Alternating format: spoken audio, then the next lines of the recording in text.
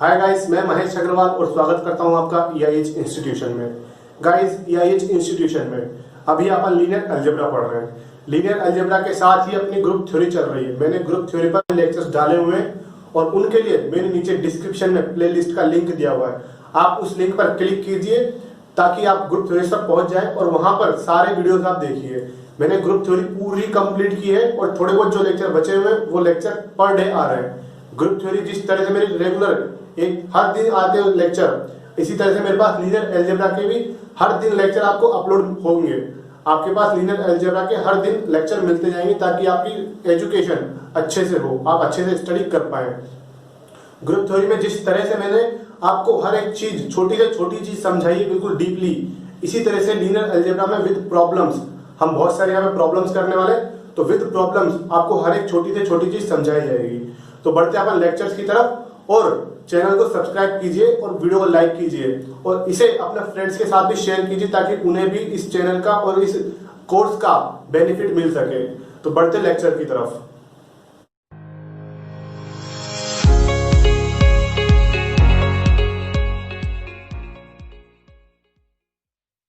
So guys, अब हम इस लेक्चर में देखने वाले non singular transformation, singular transformation and invertible transformation.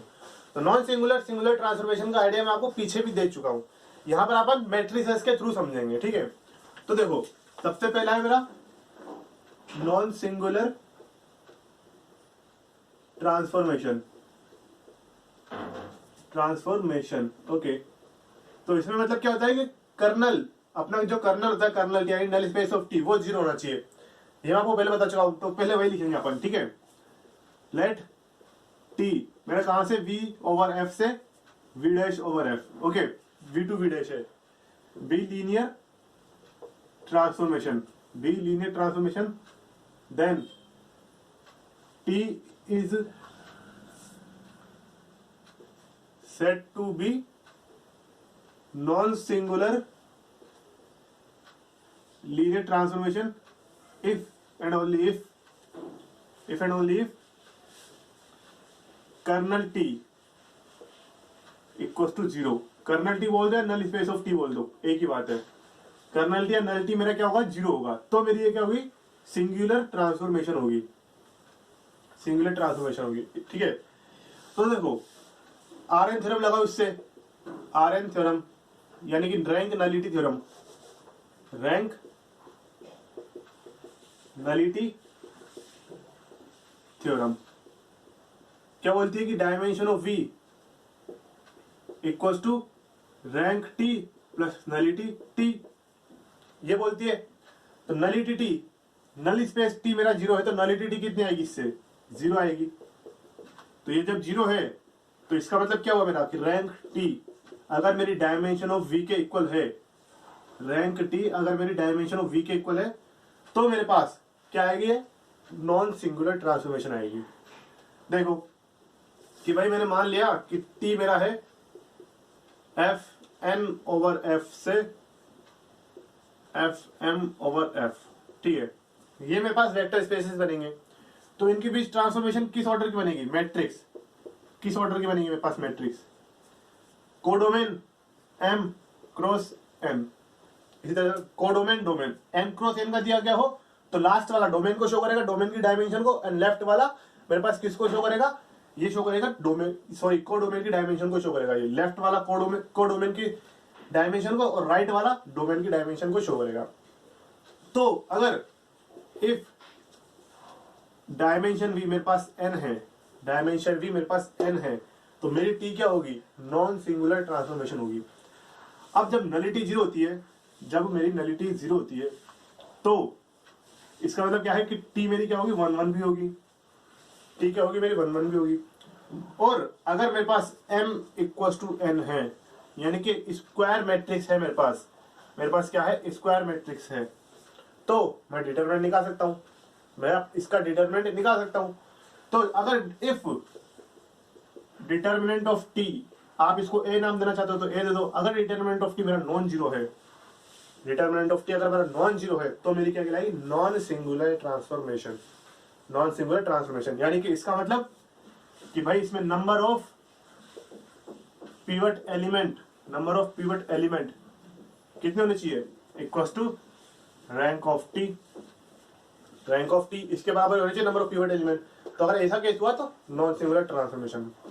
तो अब इसी का उल्टा ले लो, अगर सॉरी इसमें मान के चलो कि मेरे पास ये नहीं है, क्या कि मेरे पास m इक्वल टू n नहीं है, नॉन स्क्वायर मैट्रिक्स है मेरे पास किसी भी ऑर्डर की, जैसे 2/3 4/5 किसी भी ऑर्डर की मैट्रिक्स है, ठीक है। तो अगर मेरे पास नंबर ऑफ पिवट एलिमेंट ऐसे बनेंगे, पिवट एलिमेंट कहां बनेंगे, ऐसे बनेंगे। तो नंबर ऑफ पिवट एलिमेंट अगर मेरे पास क्या हुआ, n हो गए। एक और चीज देखो, if number of pivot element equal to n, और n किसको शो कर रहा है, नंबर ऑफ कॉलम, या फिर इसको क्या बोलोगे, डायमेंशन ऑफ v। अगर नंबर ऑफ पिवट एलिमेंट मेरे पास किसके, नंबर ऑफ कॉलम के इक्वल हो गए तो भी मेरे पास नॉन सिंगुलर ट्रांसफॉर्मेशन आएगी, ठीक है। और नंबर ऑफ पिवट एलिमेंट मेरे किसको शो करता है, रैंक ऑफ टी को। तो देखो हर जगह से एक ही चीज घूम घूम के आ रही है, ठीक है। तो इन सबको मिक्स करो और देखो फिर बोलना क्या चाह रहे हैं कि भाई अपने पास अगर स्क्वायर मैट्रिक्स है तो डिटरमिनेंट नॉन जीरो होना चाहिए, सीधी सी बात। तो मेरी नॉन सिंगुलर ट्रांसफॉर्मेशन हो जाएगी। डिटरमिनेंट नॉन जीरो इसका मतलब रैंक टी फुल होगी, नलिटी टी जीरो होगी। नलिटी टी जीरो है तो 1 1 है, 1 1 है तो नॉन सिंगुलर है, ओके। और रैंक टी मेरे किसके इक्वल है, डायमेंशन वी के। और अगर स्क्वायर मैट्रिक्स है तो डायमेंशन वी डैश, कोडोमेन की डायमेंशन के भी इक्वल हो जाएगी। तो 1 1 ऑन टू दोनों एक साथ हो जाएगी स्क्वायर मैट्रिक्स में, ओके। इन्वर्टिबल हो गई। तो इसी का अगर मैं उल्टा कर दूंगा, यानी कि डिटरमिनेंट मेरा जीरो कर दूंगा मैं, तो वो क्या हो जाएगी भाई, सिंगुलर ट्रांसफॉर्मेशन। क्या हो जाएगी भाई, सिंगुलर ट्रांसफॉर्मेशन। इसका मतलब कि मेरे पास कर्नल में सिर्फ जीरो नहीं होगा, जीरो के अलावा भी और कुछ होगा, जीरो के अलावा भी और कुछ हो, कम से कम एक एलिमेंट ही सही, लेकिन जीरो के अलावा और कुछ होगा। Cardinality of kernel greater than equal to 1 होगी, ग्रेटर देन 1 होगी। यहाँ पे कर्नल की कार्डिनलिटी कितनी है, 1 है ना, 1 है कर्नल की कार्डिनलिटी, लेकिन सिंगुलर ट्रांसफॉर्मेशन में ग्रेटर देन 1 होगी। तो एग्जांपल देख लो नॉन सिंगुलर ट्रांसफॉर्मेशन के, नॉन सिंगुलर ट्रांसफॉर्मेशन के एग्जांपल देख लो कि मैंने ये ले लिया टी कि R2 ओवर R से R2 over R, okay. T of X comma Y equal to X Y ले लो, वाई एक्स ले लो, ठीक है, X plus Y and X minus Y ले लो। ये टी ऑफ एक्स वाई ही है सारे के सारे, T of X Y, okay. तो ये मेरी क्या है, non singular transformation, non singular transformation, okay. इनका डिटरमिनेंट मेरे पास नॉन जीरो आएंगे क्योंकि स्क्वायर मैट्रिक्स बन जाएगी 2 क्रॉस 2 की। अच्छा चलो अब 2 क्रॉस 3 में भी देख लो या 3 क्रॉस 2 में भी देख लो, तो इसको मैं 3 कर देता हूँ, ओके। तो T of X Y equal to मेरे पास क्या आएगा कि भाई मैंने लिया X plus Y, X minus Y and X minus Y, मैंने यही ले लिया। तो ये भी मेरी क्या है, नॉन सिंगुलर ट्रांसफॉर्मेशन है। क्योंकि कैसे चेक करेंगे भाई, चेक कर लो कि नल स्पेस में क्या आ रहा है, नल स्पेस में क्या आएगा, यानी कि इसको जीरो करके देख लो तो एक्स वाई पर कंडीशन निकल जाएगी। तो X plus Y equal to zero, X minus Y equal to zero, X minus Y equal to zero, यानी कि 2 ही कंडीशन है। इससे मेरे पास क्या आएगा, X equal to zero, Y equal to zero, यानी कि सिर्फ 0 0 की इमेज ही मेरे पास जीरो आएगी, 0 0 की इमेज ही जीरो आएगी। तो मेरे पास ये क्या होगी, नॉन सिंगुलर ट्रांसफॉर्मेशन। तो अब आगे बढ़ते हैं अपन सिंगुलर ट्रांसफॉर्मेशन। तो बिल्कुल अपने को उल्टा करना है इसका, बिल्कुल अपने को इसका उल्टा करना है। तो देखो सिंगुलर ट्रांसफॉर्मेशन, लेट टी मैंने दिया v to v dash be any linear transformation, ठीक है। देन टी इज, ये आई नहीं है ये टी है, then T is said to be singular transformation if and only if kernel T not equal to 0, kernel T मेरा 0 नहीं हो, यानी कि 0 के अलावा और कुछ भी हो, ठीक है। That is cardinality of kernel T, cardinality of kernel T मेरे पास क्या होनी चाहिए, ग्रेटर देन 1 होनी चाहिए, ग्रेटर देन 1, तो मेरी सिंगुलर ट्रांसफॉर्मेशन कहलाएगी linear transformation. Sorry linear transformation में सिंगुलर ट्रांसफॉर्मेशन बोलूंगा, ठीक है। तो मैट्रिक्स में देखते हैं कि टी है मेरा एफ एन ओवर एफ से एफ एम ओवर एफ। तो मैट्रिक्स किस ऑर्डर की बनेगी मेरे पास? मैट्रिक्स बनेगी एम क्रॉस एन ऑर्डर की, एम क्रॉस एन ऑर्डर की। तो पहले स्क्वायर मैट्रिक्स वाला अपन केस देख लेते हैं, फिर नॉन स्क्वायर, यानी कि पहले देखेंगे एम इक्वल टू एन, फिर देखेंगे M not equal to N. तो case one M equal to N. Okay, तो टी मेरी क्या बनेगी? स्क्वायर मैट्रिक्स कि भाई एन क्रॉस एन कर लो इसको। Okay, then if determinant of T zero है, डिटर्मिनेंट ऑफ टी जीरो है, तो मेरे पास टी क्या कहलाएगी? Singular transformation, singular transformation. क्योंकि क्या होगा इसमें? एलडी वेक्टर आ जाएगा। क्या आ जाएगा? एलडी वेक्टर आ जाएगा। अपन एलआईएलडी चेक करते हैं तो क्या करते हैं? Number of pivot element, number of pivot element. अगर वो नंबर ऑफ पिवट एलिमेंट मेरे पास एन के इक्वल हो जाती है तो मेरे पास रैंक फुल हो जाएगी और नलिटी जीरो हो जाएगी। लेकिन यहाँ पर अगर डिटरमिनेंट ऑफ टी जीरो होगा तो रैंक टी मेरे पास फुल यानी कि एन नहीं होगी, यानी कि नलिटी टी मेरे पास कम से कम एक तो आएगी ही आएगी, कम से कम एक नलिटी तो आएगी। Implies that rank T less than N, okay, and nullity T greater than equal to 1। मेरी नलिटी टी क्या होगी? एक या एक से ज्यादा होगी और रैंक टी मेरी एन से कम होगी, तभी मेरे पास ये क्या कहलाएगी? सिंगुलर ट्रांसफॉर्मेशन कहलाएगी। ओके, अगला केस देखो, case 2 M not equal to N, M not equal to N. तो देखो टी मेरी क्या बनेगी? M cross N, M cross N.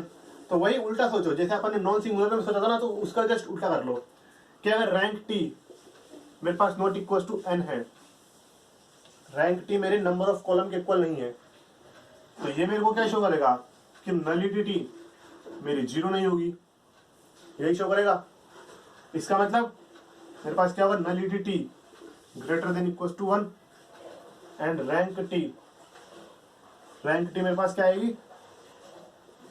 Less than N, ऐसा आएगा मेरे पास। यानी कि नंबर ऑफ पिवट एलिमेंट, यहाँ पे रोज को लिखूंगा, यहाँ पे मैंने रो वाला सिस्टम नहीं लिखा क्योंकि स्क्वायर मैट्रिक्स था तो number of rose number of column दोनों इक्वल हो गए, लेकिन यहाँ पर अलग अलग है। तो नंबर ऑफ, थोड़ा इसको ऊपर लिख लेते हैं, इसको हटाता हूं मैं, ठीक है, केस 1 को हटा रहा हूं मैं। तो rank T less than N है, इसका मतलब एन क्या है? कॉलम है। Implies that number of columns less than, ये इसको ऐसा लिखो, rank T less than number of column. तो ये अपने क्या शो करेगा? ये शो करेगा नल स्पेस ऑफ टी, यानी कि नलिटी टी मेरे पास ग्रेटर देन इक्वल टू 1 होगी। तो इस केस में मेरे पास क्या होगी? ट्रांसफॉर्मेशन, सिंगुलर ट्रांसफॉर्मेशन बन जाएगी। Okay, singular transformation. और जब एम इक्वल टू एन होगा तो डिटरमिनेंट ऑफ टी जीरो हो जाएगा सिंगुलर में। तो इसके एग्जांपल्स देख लो। तो सबसे बेस्ट एग्जांपल कौन सा हो सकता है सिंगुलर ट्रांसफॉर्मेशन का? नॉन सिंगुलर का तो सबसे बेस्ट एग्जांपल है आइडेंटिटी ट्रांसफॉर्मेशन। आइडेंटिटी ट्रांसफॉर्मेशन, ये आर एन ओवर आर कर लो कि भाई T of A1 A2 A3 ये an इक्वल टू ये A1 A2 A3 ये an, ये आइडेंटिटी ट्रांसफॉर्मेशन है तो नॉन सिंगुलर होगी। बट मैं किसकी बात कर रहा हूँ? सिंगुलर ट्रांसफॉर्मेशन की। तो सबसे बेस्ट एग्जांपल जीरो ट्रांसफॉर्मेशन, क्योंकि उसमें पूरा के पूरा ही सब क्या जाएंगे? सभी के सभी मेरे पास नल स्पेस में चले जाएंगे। ओके, तो मैट्रिक्स बनाओगे वो क्या आएगी? मेरे पास जीरो मैट्रिक्स आएगी। क्या आएगी? Zero matrix. तो वो मेरी नॉन सिंगुलर ट्रांसफॉर्मेशन कहलाएगी। और देख लो A1 A2 A3 an equal to, मान लो मैंने A1 A2 A3 an-1 zero कर दिया, तो ये भी मेरे पास क्या हो गई? सिंगुलर ट्रांसफॉर्मेशन, क्योंकि इसमें ये एन स्क्वायर मैट्रिक्स है, ये क्या है? Square matrix. तो जब आप इसका मैट्रिक्स रिप्रेजेंटेशन करोगे ना, मैट्रिक्स रिप्रेजेंटेशन, तो उसमें लास्ट कॉलम जो आएगा, nth कॉलम जो आएगा वो जीरो कॉलम आएगा। वो कॉलम क्या आएगा? जीरो कॉलम आएगा। इसी तरह से अगला देखना चाहो तो ये देख लो कि भाई A1 A2 an equal to, मैंने ले लिया कि भाई ये A1 0 A3 0 A5 0, अल्टरनेट में चलते चलो an कर लो। ये भी क्या होगी? ये भी मेरे पास non singular transformation, sorry singular transformation होगी ये भी। इस तरह से देखना आपको। अगर यहाँ पे मैं इसको एन ना रख के एम कर दूंगा तो यहाँ पे भी कुछ ना कुछ कंडीशन लगा के बना दूंगा मैं सिंगुलर ट्रांसफॉर्मेशन, जिस तरह से मैंने नॉन सिंगुलर में बनाई थी। ओके, तो इस तरह से आपको ध्यान रखना है। मैट्रिक्स बनाना है, मैट्रिक्स में देखो जिस तरह से अपन पिवट एलिमेंट निकालते ना एल आई जल्दी चेक करने के लिए, इस तरह से रैंक निकालेंगे, क्योंकि नंबर ऑफ पिवट एलिमेंट मेरे पास क्या होती है, रैंक ऑफ टी के इक्वल होती है। Number of pivot element rank T के इक्वल होती है। तो अब नेक्स्ट देखो, इन्वर्टिबल ट्रांसफॉर्मेशन।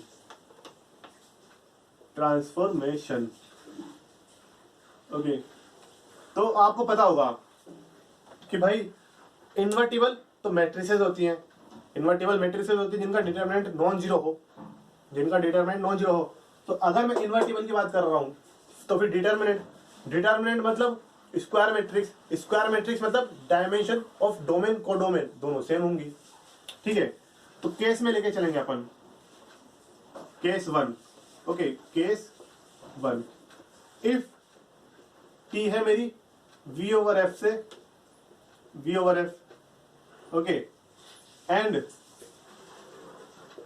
डायमेंशन v मेरे पास n है, तो t क्या बनेगी मेरे पास, t बनेगी n क्रॉस n। इसका मतलब then t is said to be invertible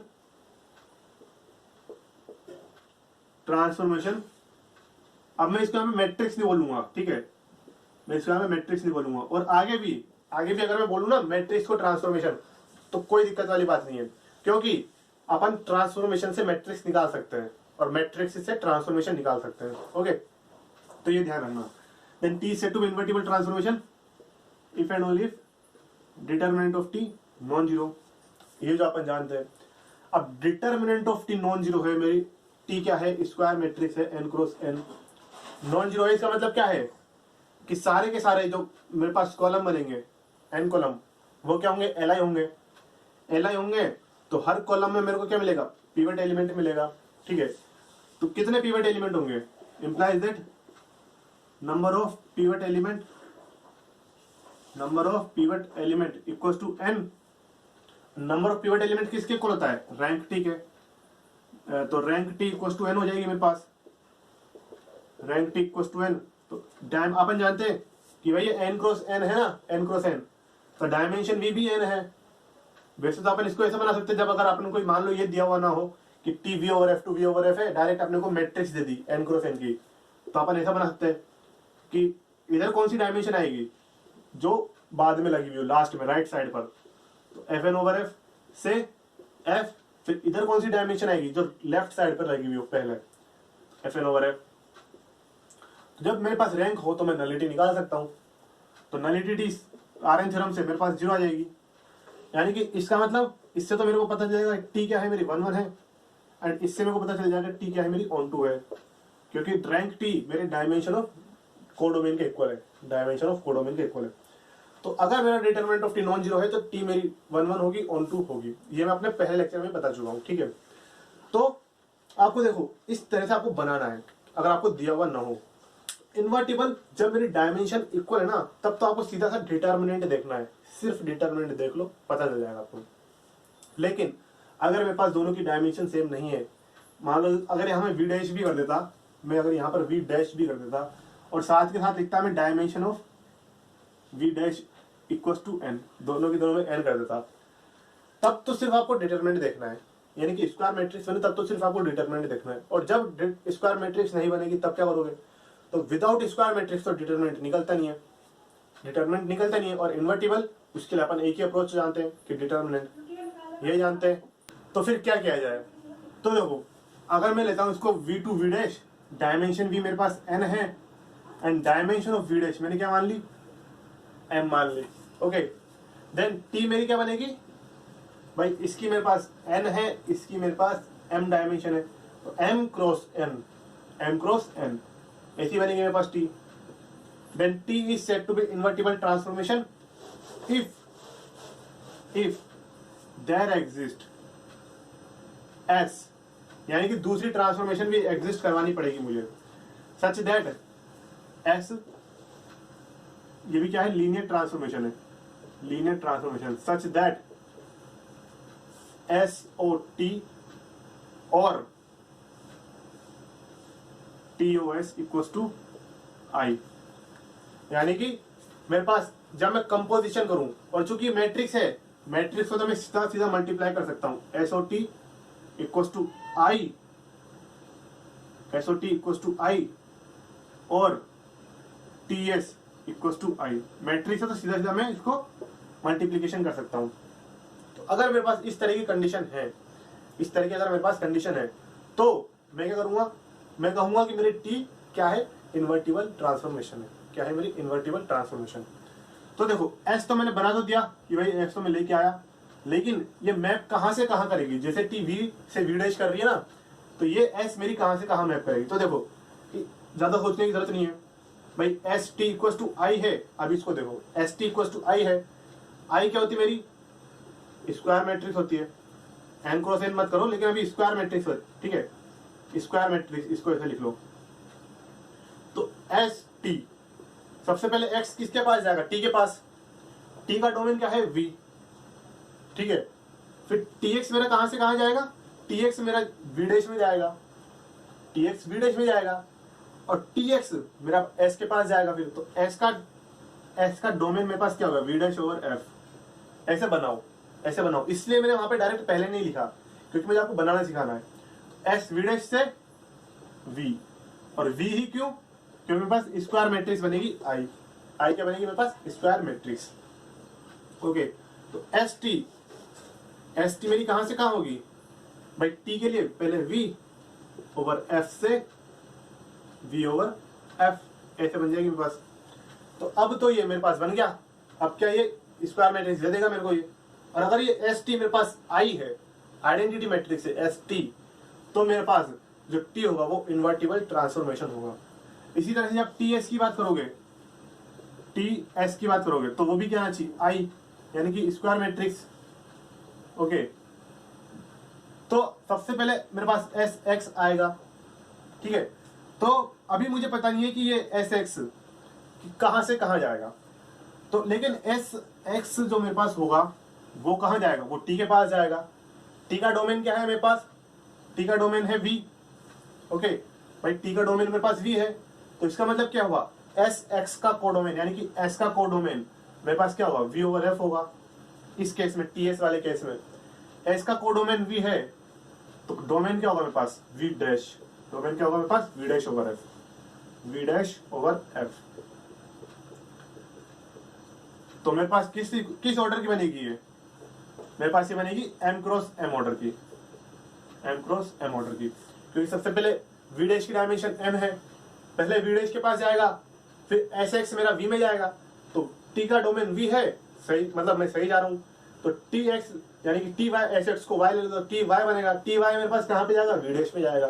तो टी एस मेरी कहां से कहां होगी, वी डैश से वी डैश। तो टी एस में लिख देता हूं, T S V dash over F to V dash over F. तो अब मेरी ये स्क्वायर मैट्रिक्स दे देगा एम क्रॉस एन की, और इधर मेरे पास एन क्रॉस एन की आ जाएगी, ठीक है।